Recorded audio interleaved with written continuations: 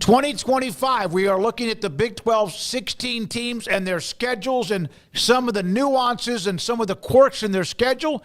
Craig Smoak, the Cowboys, and Mike Gundy. Well, it is a year where Oklahoma State is obviously coming off of a season of disappointment, and you think that with some of the changes being made and the pressure on Mike Gundy, they will be a team that's going to be better than they were in 2024, but not necessarily the case. I mean, we'll see. This is an on-paper exercise, obviously, so, yeah, let's get into it. They've got the opener on August 28th against UT Martin. That'll be a Thursday night game for Oklahoma State. They'll turn right around and then go to Oregon for a big road trip. And then in week 3, they get the first bye week. So there's the first part of the schedule.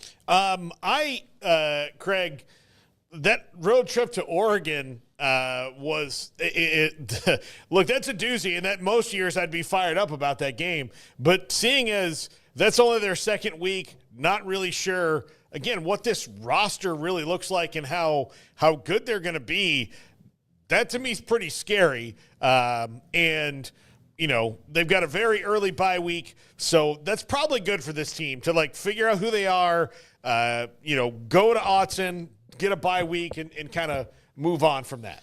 Yeah, so 2 games to start things off with, 7 home games for Oklahoma State on this, 5 road games. So UT Martin on a Thursday, and then a big road trip to Oregon. So then you get your third bye week. September 20th, non-conference closes with Tulsa, so a little in-state action there. And that is the end of the non-conference. They will then go the following week and open up Big 12 play at home against Baylor. Then turn around, go on the road against Arizona. Then have a home game against Houston. I mean, where's their bye week coming here? I wasn't expecting us to be doing it right this second, but I thought I had that in front of me. November 8th is their next one. Okay, so yeah, they have this long stretch of the second stretch. I mean, they play 7 games in a row in the second leg of this part of the season. So Tulsa at home, Baylor opening up Big 12 play at Arizona, Houston at home, Cincinnati at home for homecoming, at Texas Tech, at Kansas, and then finally another bye week. So, I mean, my God, that's a hell of a second leg with 3 road trips, your homecoming game, and just a bunch of games in a row before you hit that second and final bye week there on November the 8th. So, yeah, you'll have that Thursday and then a big road trip to Oregon, catch your breath, and then you are in it for about 2 months straight from September 20th to November the 1st before you get another breather again. And that November the 8th when you'll get another breather. And leading into that, I mean, you're going to have trips to Lubbock and Lawrence. So that's a hell of a stretch in this schedule for Oklahoma State. Yeah, just looking at it, they're not going to be favored against Baylor, Tech, or Kansas for sure in this stretch. I mean, again, on paper right now, they're not going to be favored. Arizona, Cincinnati, Tulsa, I would assume they're going to be favored against Tulsa. Arizona and Cincinnati are toss-ups. Houston's the one I'm curious on. October 11th, if Houston's getting better and Oklahoma State's the way I think they're going to be, they may not be favored against Houston, even though that game's at home, but there's 3 games there, Baylor, Tech, and Kansas, they will likely not be favored in because those teams have returning players. They have rosters they're happy about, and they're all happy with their head coach right now. Like, those are things, to me, that make for more optimism and stability than they've got going on in Stillwater right now. Well, they're going to need I know you guys did the first part, but they're going to need a bye probably after the Oregon game anyway and give them a chance to decompress after that. But yeah, man, 7 consecutive weeks. You get the buys, but some teams get 3 or 4 games in a bye, 3 or 4 games in a bye. There's been, 1 team or 2 that have 3 buys, but this is a long stretch. If you're looking for a wheeled cooler, this is the Arctic 52-quart ultralight wheeled cooler.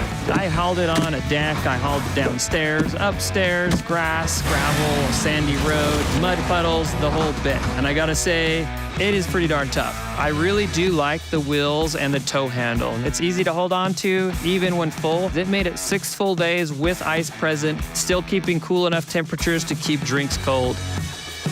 this is a great cooler. And if you're looking for a new wheeled cooler that tows really nicely, this is a great option.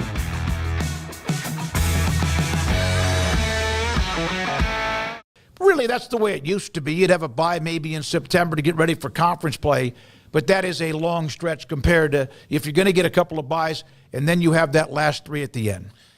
Yeah, so then your third and final leg, Kansas State at home, UCF on the road, and then Iowa State at home. So you get 2 teams in K-State and Iowa State who will have played earlier than everybody in Ireland, but here at the end you get them, and they will be much different than what we see in that opener, I'm sure. But how good are they remains to be seen, although those are 2 teams that you definitely have circled as likely contenders in the Big 12.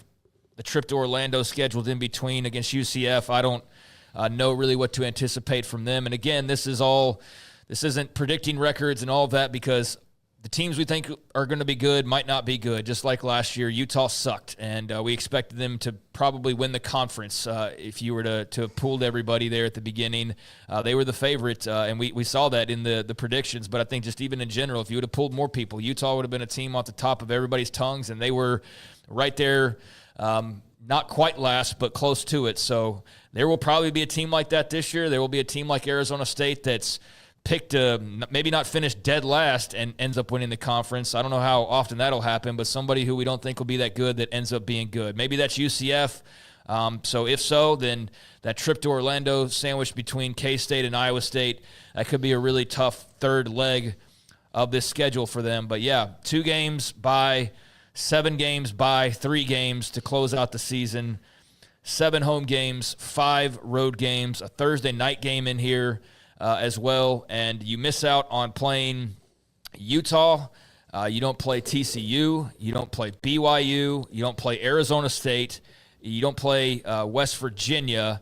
And there's one more team I'm missing because I wrote down Houston, but obviously they play Houston. So I'm trying to think of who I left out of who they are not playing.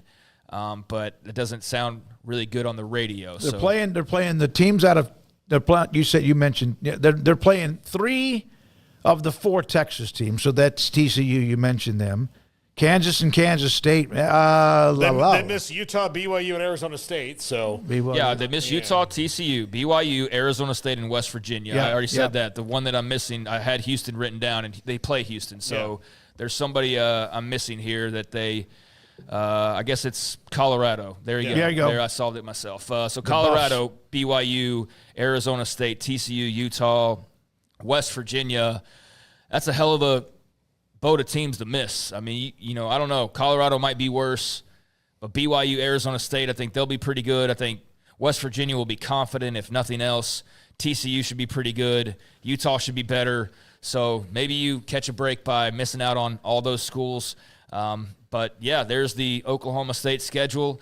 And on paper, I think you can convince yourself there's a route to a bowl game. I think on paper you could also convince yourself, if you're not a big believer in some huge turnaround, that they might flirt with missing the postseason again, and that makes for a very interesting conversation about what the future holds. But 1-1 in that first stretch, I don't think you're going to Oregon and beating them under any circumstances as far as all the information we have available right now. Although maybe that's early in the season, crazy things happen, but I'm going to assume you're 1-1 in that first stretch, and then that middle stretch will dictate wherever you are and spit out on the other side of mid-November how many wins you need to win a bowl game. And if it's 2 or 3, then that might be cutting it a little bit too close, because I don't think many expect you to be better than K-State or Iowa State. And again, UCF, that's on the road. So, that middle section will dictate a heck of a lot. But if you were to, upend Oregon in week 2, then maybe that, lights something, and Gundy at his best is back. Otherwise, I mean, maybe we are talking hot seat. Who the hell knows? But it is a schedule that's, that's there and there to chew on for Oklahoma State fans. The first thing that popped up, Paul, was Oregon, obviously, because it's Oregon. Then the Baylor Texas Tech logos. I know we're not into logos as much in the Big 12. And then that final stretch, having what Kansas State and Iowa State might be trying to push to get into the Big 12 championship game. That's what stood out to me. Yeah. Earlier today, Smokey, and I want you guys to think about this. Oregon is hippie Texas A&M. Well, just food for thought. And that they come close but don't finish. all the time. Yeah, that's fair. Yeah, so Pump a bunch of money into something just to finish runner-up. Yeah, they do have swagger. Act as though they've won 5 national championships. Yeah. Okay. Kim, oh my God, I'm not going to go in the chat. But I think Texas A&M, not Texas Tech. Texas A&M. There you go. Okay. Yeah, not Texas now I'll Tech. go in the chat. Yeah, okay. no, that's why All I said hippie Texas A&M. Kim knows. He was watching the show earlier, I'm sure. But for Oklahoma State, I will make I'm not going to stay in 100% by this, but I am fairly confident that Mike Gundy will not be the coach there in 2026. In 20 who? In 26 next year. Okay. I'm fairly confident. Like, you don't go to the brink publicly in a spat with the board after, like, your worst season ever, have to change your whole roster and coaching staff and all that stuff, and then rally and come back. It just doesn't happen that much.